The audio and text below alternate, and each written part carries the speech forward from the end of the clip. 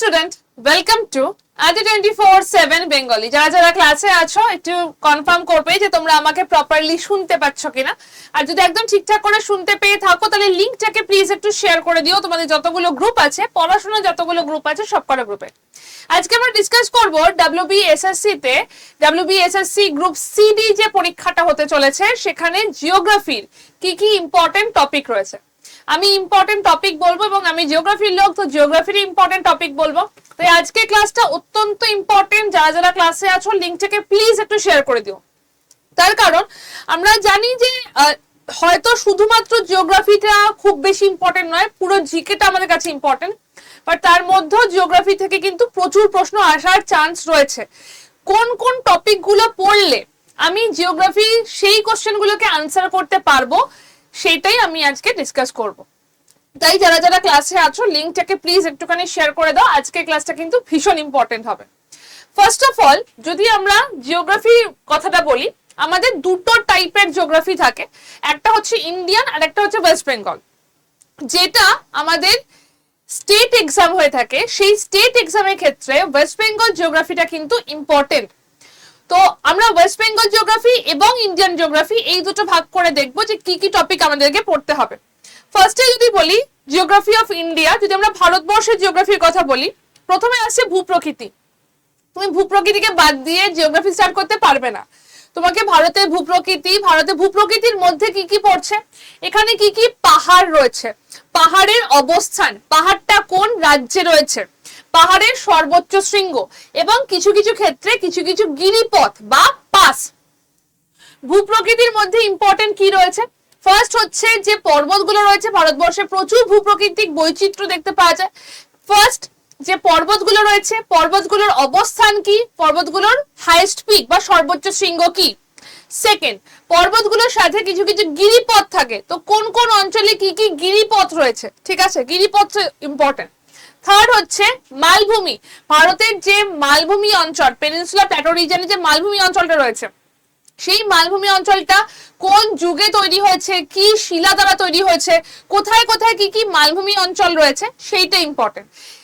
পরের পয়েন্ট যদি বলা হয় তাহলে ভারতবর্ষের উপকূল রেখার দৈর্ঘ্য, ভারতবর্ষের কোন কোন রাজ্য উপকূলের সাথে যুক্ত থাকে, ভারতবর্ষের কোন কোন জায়গাতে কোন কোন উপকূলীয় সমভূমিটা কোন কোন রাজ্যে অবস্থিত। ফর এক্সাম্পল, মালাবার মানে হচ্ছে কেরালা, করমন্ডল মানে হচ্ছে তামিলনাড়ু, এরকম কোন কোন উপকূলীয় সমভূমি কোথায় অবস্থিত। এবং তার সাথে পুরো একটা ভূপ্রকৃতি সম্বন্ধে যা যা আমাদের মিনিমাম যতগুলো লাগে এই পয়েন্টগুলো হচ্ছে যেটা পড়তে হবে।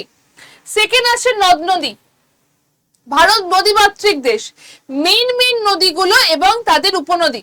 জাস্ট আমি খুব বেশি বলছি না, মেইন নদী, ভারতবর্ষের মেইন নদী, সেটা উত্তর ভারত দক্ষিণ ভারত দুটো জায়গারই যে মেইন নদীগুলো, তাদের উপনদীগুলো, ঠিক আছে কি কি, এবং যে মেইন নদীগুলোর কথা বললাম, যেমন গঙ্গা, সিন্ধু, ব্রহ্মপুত্র, যমুনা, গোদাবরী, মহানদী, কৃষ্ণা, কাবেরী, নর্মদা, তাপ্তি, এই কটাই আর নয়।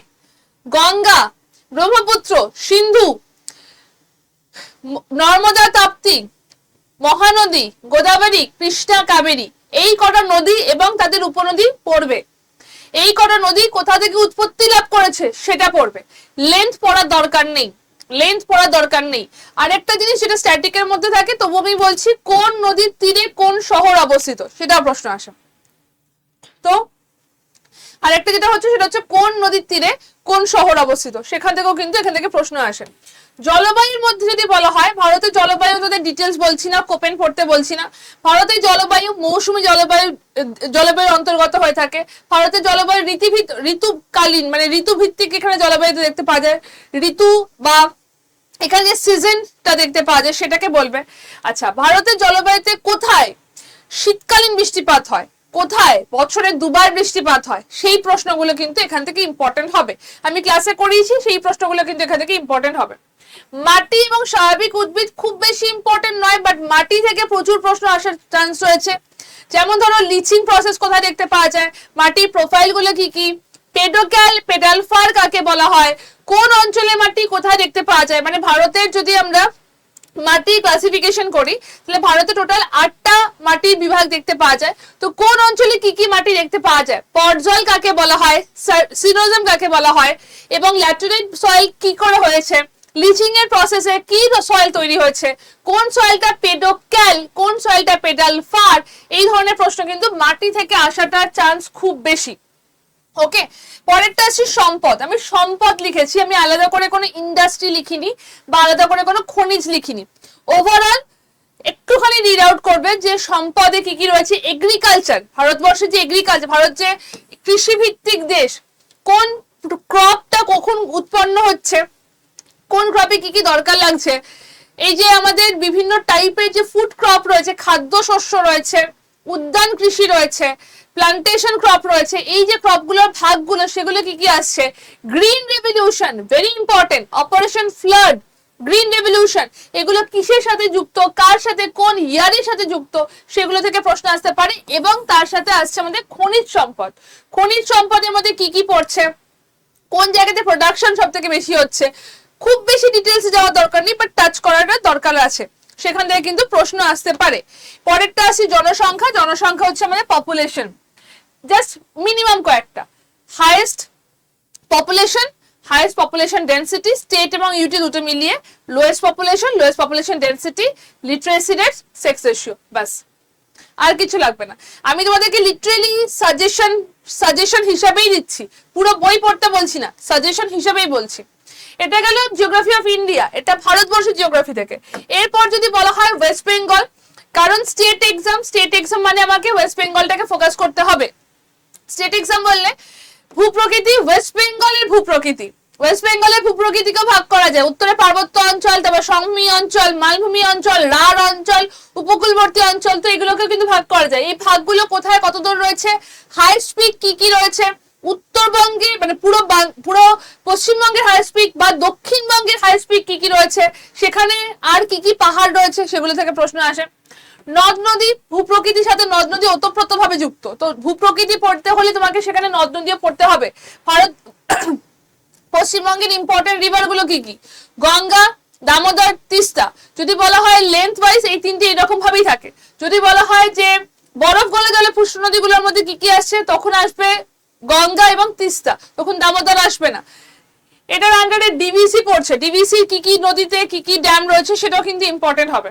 প্রশাসনিক বিভাগ, কোন প্রশাসনিক বিভাগের আন্ডারে কোন কোন ডিস্ট্রিক্ট গুলো পড়ছে, ভেরি ইম্পর্টেন্ট। প্রশাসনিক বিভাগ মানে আমাদের 5টা প্রশাসনিক বিভাগ রয়েছে, কার আন্ডারে কে কে পড়ছে সেখান থেকে কিন্তু প্রশ্ন আসতে পারে। আর লাস্ট হচ্ছে সম্পদ। ওয়েস্ট বেঙ্গলের যা ধরো যেখান থেকে আমাদের খনিজ সম্পদ হচ্ছে বা আমাদের কৃষি, এই সম্পদের মধ্যে কিন্তু কৃষিও আসছে, সম্পদের মধ্যে আমাদের ইন্ডাস্ট্রিও আসছে এবং মিনারেলসও আসছে, সম্পদ, ঠিক আছে, সেটাকেও দেখতে হবে। ওকে, এই হচ্ছে তোমাদের, তোমরা যদি এইটুকুকে ভালো করে যাও, জিওগ্রাফিতে এর বাইরে আর কিছু পাবে না। আমি একদম ছোট্ট এবং সাজেশনের মতো করেই তোমাদেরকে বললাম, জিওগ্রাফিতে এর বাইরে কিছু যাবে না। আর যদি মনে করো যে তোমরা জিওগ্রাফির একটা ডিটেলস ক্লাস চাইছো, শুধু জিওগ্রাফি না পুরো আমাদের WBSSC গ্রুপ সিডির ব্যাচ চাইছো, তাহলে এই ব্যাচটা রয়েছে, এই ব্যাচটার এতটা দাম পড়বে না। হ্যাঁ, এই ব্যাচটার দাম যদি Y268 কোডটা ইউজ করো এবং আমাদের অ্যাপের মধ্যে কেনো, তাহলে দামটা 961 টাকা পড়বে। ব্যাচটার মধ্যে লাইভ ক্লাস রয়েছে, মক টেস্ট রয়েছে, ইবুক রয়েছে, ভিডিও ক্লাসেসও রয়েছে। Y268 কোডটা ইউজ করতে হবে। যদি কোনো রকম ডাউট থাকে আমাকে এই নাম্বারে যোগাযোগ করে নিও। Y268 কোডটা ইউজ করলে ব্যাচটার দাম তোমাদের 961 এই টাকার মধ্যে পড়বে।